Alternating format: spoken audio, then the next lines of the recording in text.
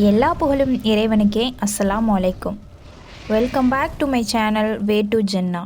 அல்ஹம்துலில்லாஹி ரப்பில் ஆலமீன். அல்லாஹும்ம சல்லியலா சையீதினா முஹம்மதின் வாலா ஆலி சையீதினா முஹம்மதின் முபாரிக் வசல்லிம் அலை.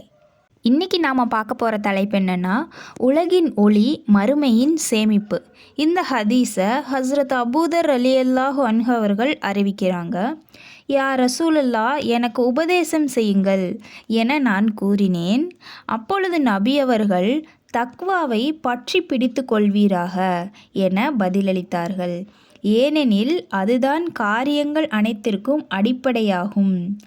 இன்னும் எனக்கு அதிகமாக சொல்லுங்கள் என்று நான் கேட்டபோது, குர்ஆன் ஓதுவதை கடைபிடித்து வருவீராக, ஏனெனில் அது உமக்கு உலகில் ஒளியாகவும் மறுமையில் உமக்கு சேமிப்பாகவும் இருக்கிறது என்று கூறினார்கள். இந்த ஹதீஸ் சஹீஹ் இப்னு ஹிப்பான் அப்படிங்கிற நூலில் இடம்பெற்றிருக்குது. இதனுடைய விளக்கம் என்னன்னா, உண்மையில் தக்வா என்னும் இறையச்சம் அனைத்து காரியங்களுக்கும் அடிப்படையாகவே அமைந்துள்ளது. எந்த உள்ளத்தில் அல்லாஹ் தஆலாவின் அச்சம் ஏற்பட்டு விடுகிறதோ அங்கு பாவங்கள் ஏற்படாது, எவ்வித வறுமையும் நெருக்கடியும் ஏற்படாது. இதைத்தான் குர்ஆனில் அல்லாஹ் தஆலா சொல்லியிருக்கிறான். எவர் அல்லாஹ்வை பயப்படுகிறாரோ அவருக்கு நெருக்கடியை விட்டு நீங்கும் வழியை அமைத்து தருகிறான்.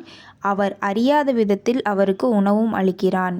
65வது அத்தியாயம் 2வது 3வது வசனத்தில் திருமறை குர்ஆனில் இடம்பெற்றிருக்குது. இதே மாதிரி இன்னொரு ஹதீஸில் ஹஸ்ரத் அபூதர் ரலியல்லாஹு அன்ஹு அறிவிக்கிறாங்க, நீங்கள் அல்லாஹ் தஆலாவிடம் திரும்பி செல்வதற்கும் அவனிடம் நெருங்குவதற்கும் உதவியாக அவனிடமிருந்து வந்த குர்ஆன் ஷரீஃபை தவிர வேறு சிறந்த பொருளை பெற்றுக்கொள்ள முடியாது என ரசூலுல்லாஹி ஸல்லல்லாஹு அலைஹி வஸல்லம் அவர்கள் அருளினார்கள். இந்த ஹதீஸ் ஹாக்கிம் அப்படிங்கிற நூலில் இடம்பெற்றிருக்குது. இதனுடைய விளக்கம் என்னென்னா, அல்லாஹ் தஆலாவுடைய தர்பாரில் நெருக்கம் பெறுவதற்கு பரிசுத்த குர்ஆனை விட சிறந்த சாதனம் வேறெதுவும் இல்லை என்ற கருத்து பல ஹதீஸ்களின் மூலமாக கூறப்பட்டுள்ளது. இந்த ஹதீஸ்களின் மூலமாக நமக்கு என்ன தெரியுதுன்னா, திருக்குர்ஆன் ஓதுவது அல்லாஹ் தஆலாவை நெருங்குவதற்கு எல்லாவற்றையும் விட சிறந்த வழியாகும். எனவே நாம் அதிகம் குர்ஆனை ஓதக்கூடியவர்களாக, அல்லாஹ்வை நெருங்கக்கூடியவர்களாக இருக்க வேண்டும்.